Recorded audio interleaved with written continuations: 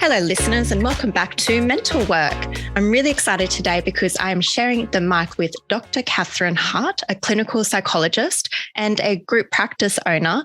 And we're going to be talking to you today about some topics that early career mental health professionals should know or need to know about working in group private practice.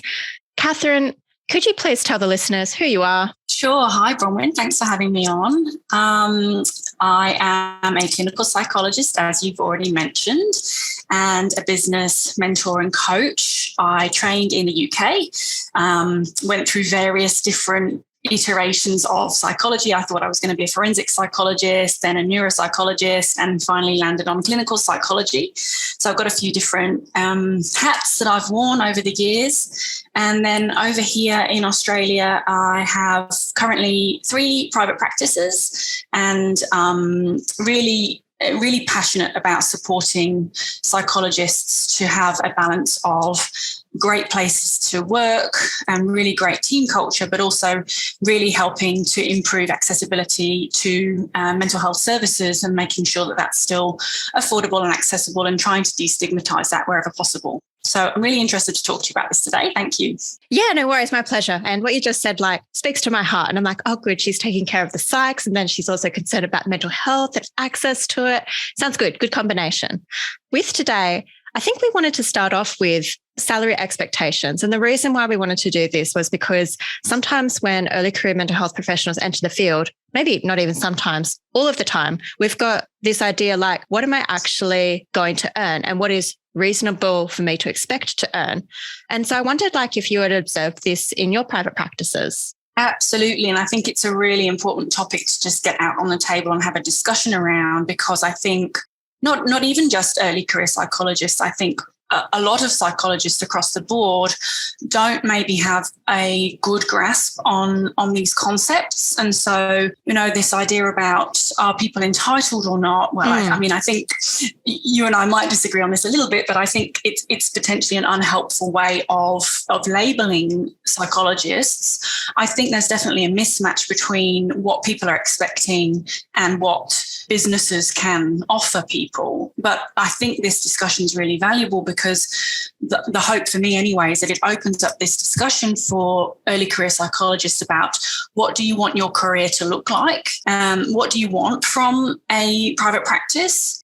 And hopefully helping them to understand how they can get to that over time within a business, but also helping them to understand the constraints that different businesses will face.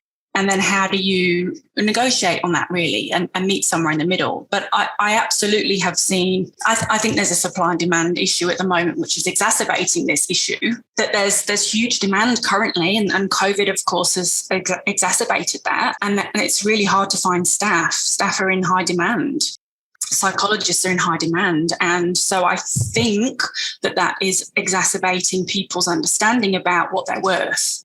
I think that there's a few attitudes out there that, well, I can charge whatever I want really, and the clients will pay it, which, I've heard of provisional psychs charging $180 a session, which of course is fully out of pocket for a client, and qualified staff $280, a session. And that's, for me, that sits very uncomfortably with me. I don't think that's the answer to this issue. If you want a higher salary, where's that money coming from? Sure, it's coming from the client, right? So the client's got to wear that cost. And that's really, I don't think that's fair. There needs to be a realization that if you're charging this amount, say $180 for a session, that's coming from a client who I guess is seeking mental health support, and perhaps they don't have the financial means to actually pay for that. We're making it more difficult for them to access services. Absolutely. If you look at an average income earner, can they afford $180, let's say, every fortnight?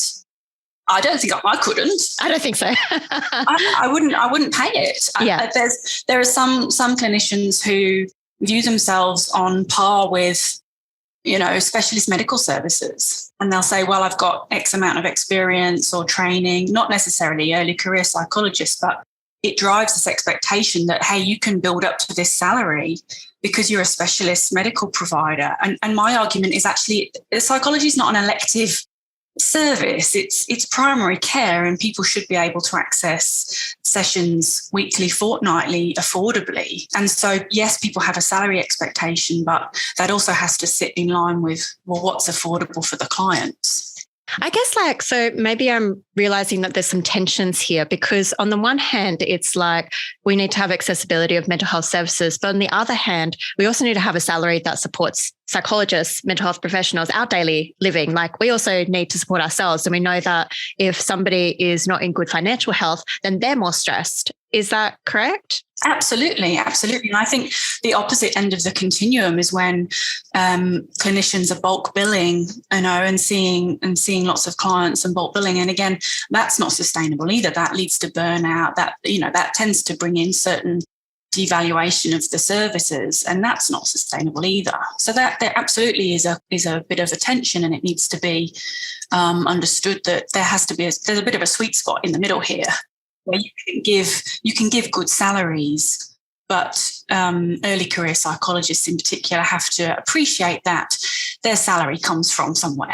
We can't just give them huge salaries. Yeah, maybe we can talk about that, because I think a lot of this idea that maybe early career psychologists are expecting too much, I think it might come from a place of just not knowing. Yeah, well, I think there's a lot of people out there, a lot of psychologists who are subcontracting. And so I think maybe they misunderstand sometimes, or don't think through fully what they are actually earning, because they'll just say, well, let's say I charge $200 a session. I take 50% of that, $100 an hour. I see 7 clients a day, and I do that over 5 days a week, 52 weeks of the year. And then they just come out with a number.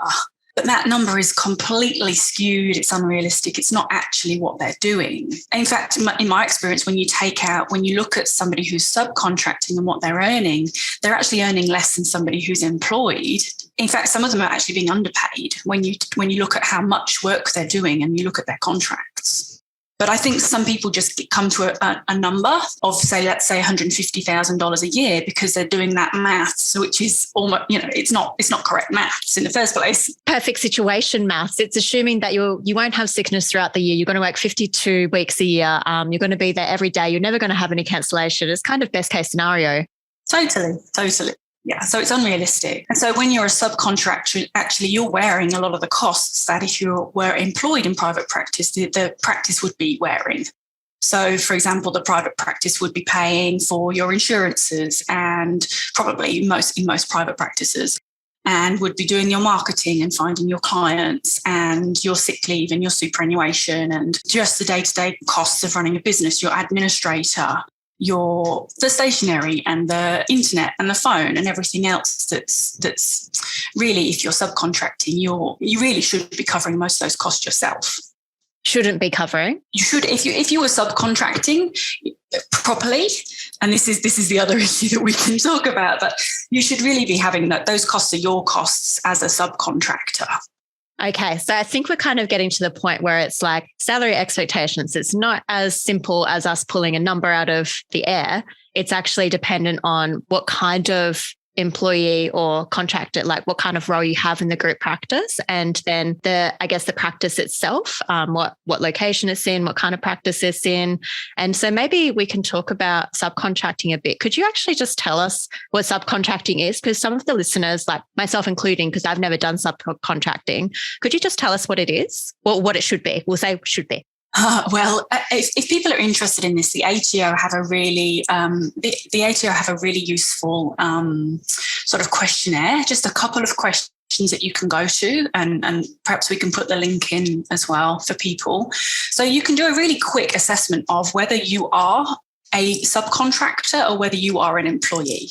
In my experience of this, there are very, very few psychologists who can actually be contracted legally as a subcontractor. It's really hard to do, because if you look at the way that a private practice runs, you have a team atmosphere. You're not subcontracting your work to somebody else. You can't just say, "Oh, I'm not coming in today. I'm going to get Bronwyn to do my clients for me." That doesn't happen.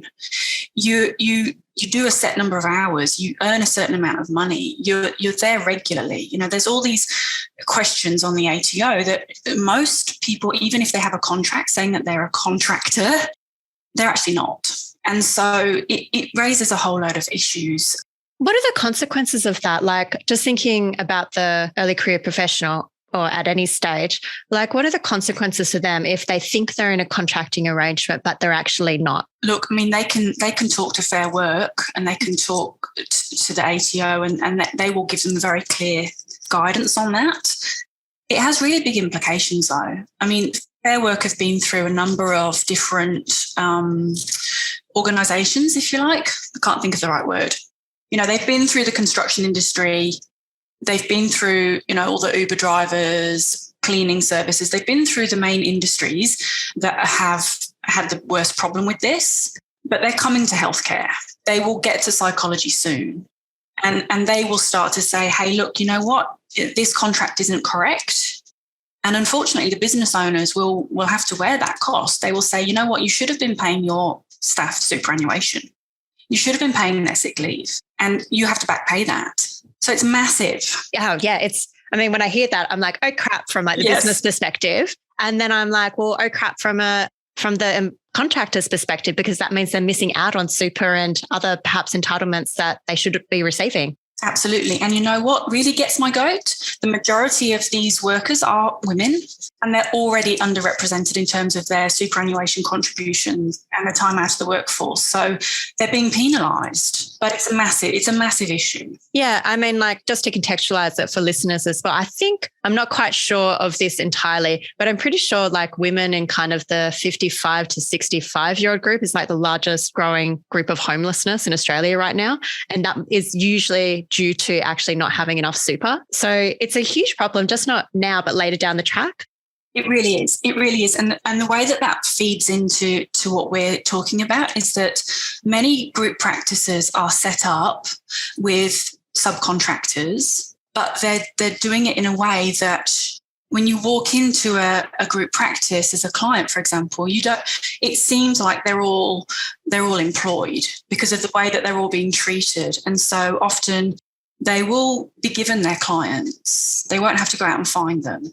They'll usually have access to practice software and a way of taking payments, a way of having all of their bookings, their cancellations rebooked, supervision, peer supervision, all these ongoing things that they'll have that make it look like they're employed.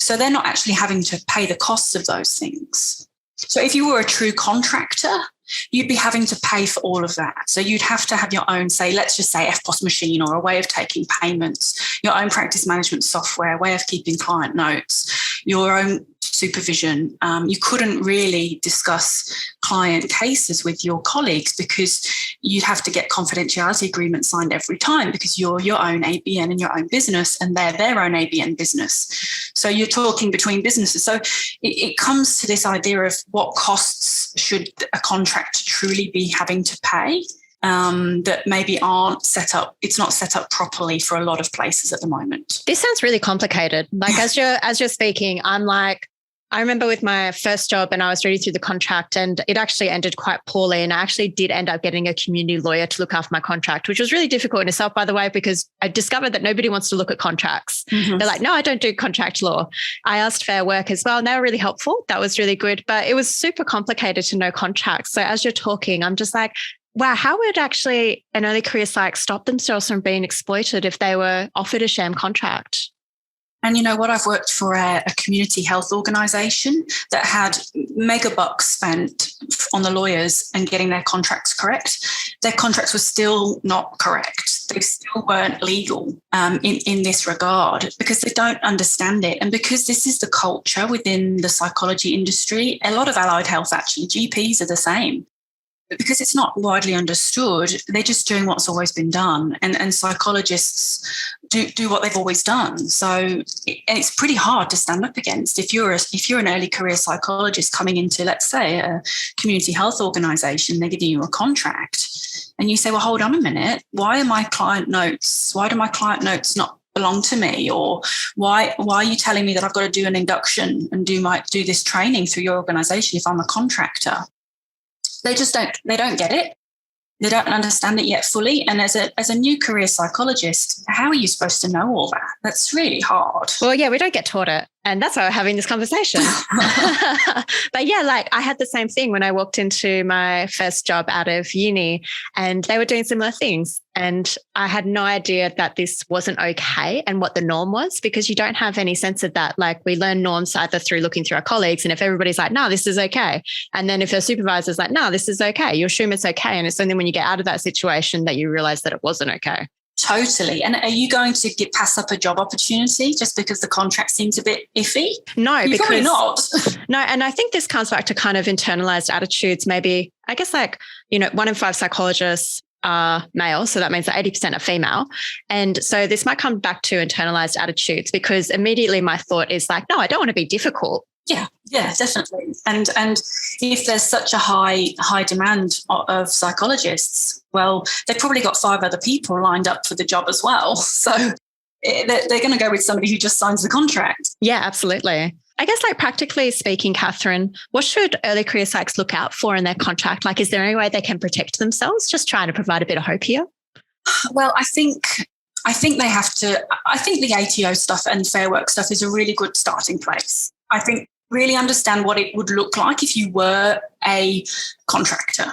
Think about it if you are, say, a plumber, and somebody calls you up and says, oh, can you come fix these pipes or something? Like, what does a contractor really look like? How do they run their business? How do they behave? And just apply it to psychology. So I think just understand what really as a contractor means. It means really that you find your own clients, you do your own marketing, you have the clients pay you. You might pay a service fee to that organisation, for example, for the internet and the administration or whatnot, but really get a good understanding of what that looks like. Because that also feeds into, if you're an early career psychologist, you might not want to be out on your own as a contractor. You might actually want to be employed and have the support and the supervision and the guidance from other people in the group practice, which really as a contractor, you shouldn't really be getting. Yeah.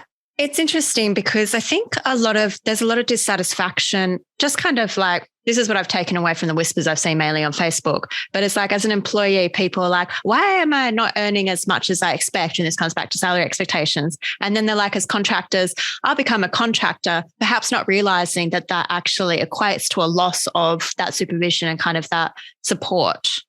Well, it does equate to a loss of support, but it can equate to a loss of income anyway. You find that there's a lot of contractors who, when you actually work out the amount of time that they're spending at their workplace, they're actually earning less than you would if you were employed. And some of them are actually being underpaid. So again, this comes back to really figuring out how many hours are you actually working for this salary. And it's on paper, you might say, well, I'm a contractor, I'm getting, 70% of X amount of money. It looks great. But if you extrapolate that out for what you're actually doing for that, it's usually not great. Yeah. Maybe tell me if I'm right here. We've got educate yourself using the ATO. Is it like a calculator? It is. It's just a couple of questions. So yeah, we can put the link up. Yeah. Educate yourself using the ATO website where they ask you a few questions. Also look at Fair Work and have a good understanding of what a contractor is. And I guess apply that to psychology, see whether it differs. But another thing is also to work out, well, how many hours are you actually working? And when that translates into like an hourly rate, how much are you actually earning? And let's say you're earning like below minimum wage, you're earning like $17 an hour. That's not good. No, and that's what I'm seeing in a lot of these organisations, a lot of private practices, they're actually liable for these things as well.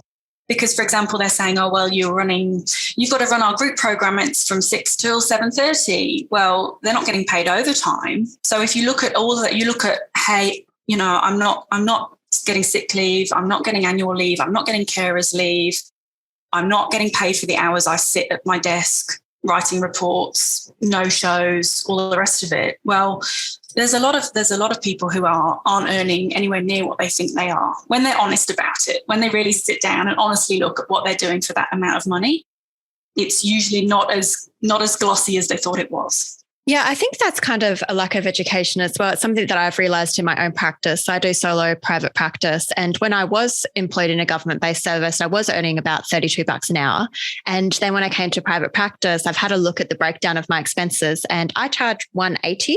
And I know it's still lower than my peers. It's on the low end. But from about that, I think I earn about maybe $85 an hour after all my expenses, and I lease my own room. And so when you look at that, I'm like, yeah, I'm taking about 50% of that.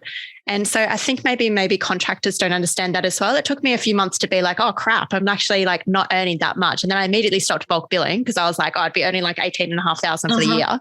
Mm-hmm. So it's a big realization when you actually understand your numbers. Absolutely. And, not everybody wants to go through and budget and understand and really look at all those ins and outs. But it's often more complicated than people think. Very eye-opening. For sure. Yeah.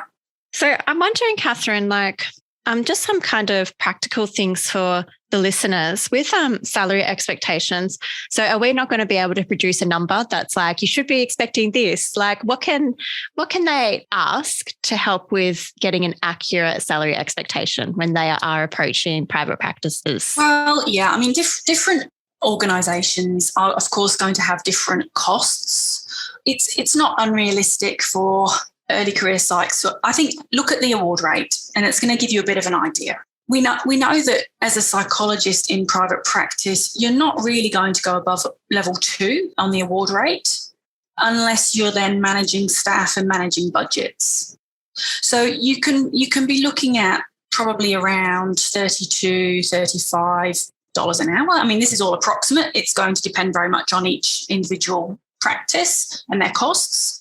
But you can be going into practice sort of looking at the, $80,000 kind of mark in most places, I would think.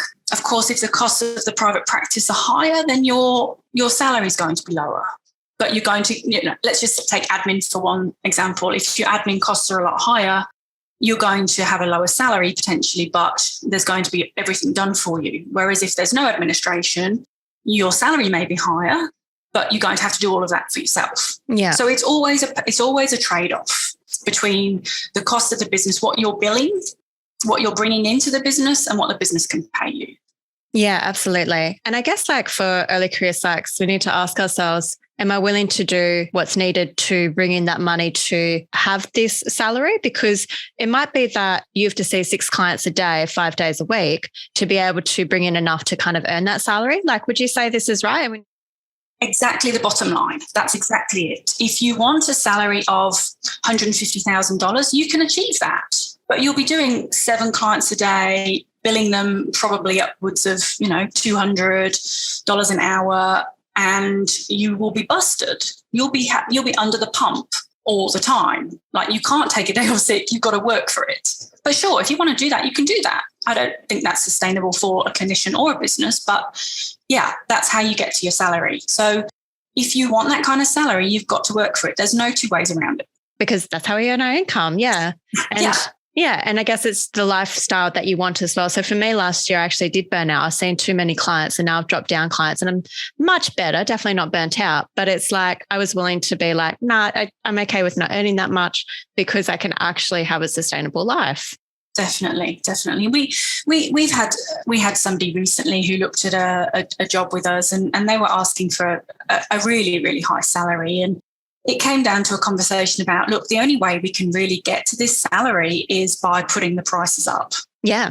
And in the end, we decided, no, we don't want to do that. We don't want to, we really need this psychologist and they'd be a great fit for the team, but we can't go against our values of creating accessible services. So, that's the position that a lot of private practices are in, I think, where if somebody wants a salary of $150,000, that probably the easiest way to get to that is to put prices up. Is it sustainable, really? Is it sustainable for the clinician doing that amount of work? And is it sustainable for the business, giving that amount out in salaries? Yeah. And for me, it's I feel if the early career psych is disappointed, it's I think the disappointment comes from maybe reality almost not keeping up with cost of living and also the Medicare rebate as well. So a lot of what we do is Medicare rebated services. Is that same with your clinic? Yes, absolutely. Yeah. So we know that the Medicare rebate hasn't kept up with inflation. It's quite low actually. And we also base our services and affordability on that. So it's like, if that had increased, then maybe we'd be able to charge more and then we'd have more of an income.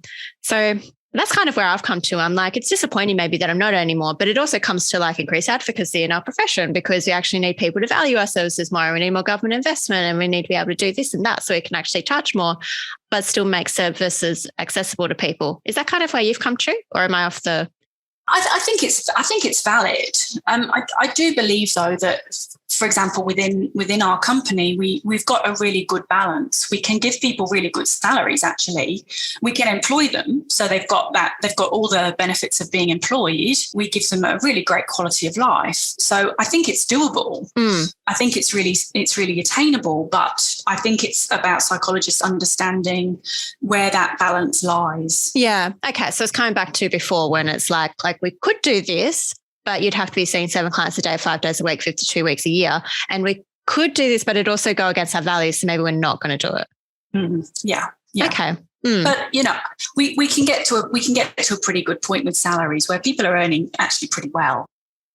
Just as an early career psychologist, I think psychologists have to understand that they're not going to be on a salary of $150,000 because really, if you're looking at the award rate, that's kind of what you'd expect if you were 10 years qualified, managing budgets, looking after staff. So, we can only pay you in line with the award rate. And we can only pay you really a percentage of what you're billing, what you're bringing into the clinic. That makes a lot of sense. Catherine, I think we're kind of coming to the end then. So we've really touched on 2 main things, which is salary expectations in group private practice. And we've also talked about this idea of sham contracting. And I just wondered whether you had any final takeaways for listeners about these 2 topics. Oh, goodness. I think the takeaway about the salaries, the bottom line of that is that to achieve a salary of whatever it is, you need to be billing a certain amount. So if you want a really super duper high salary, you're going to be busted.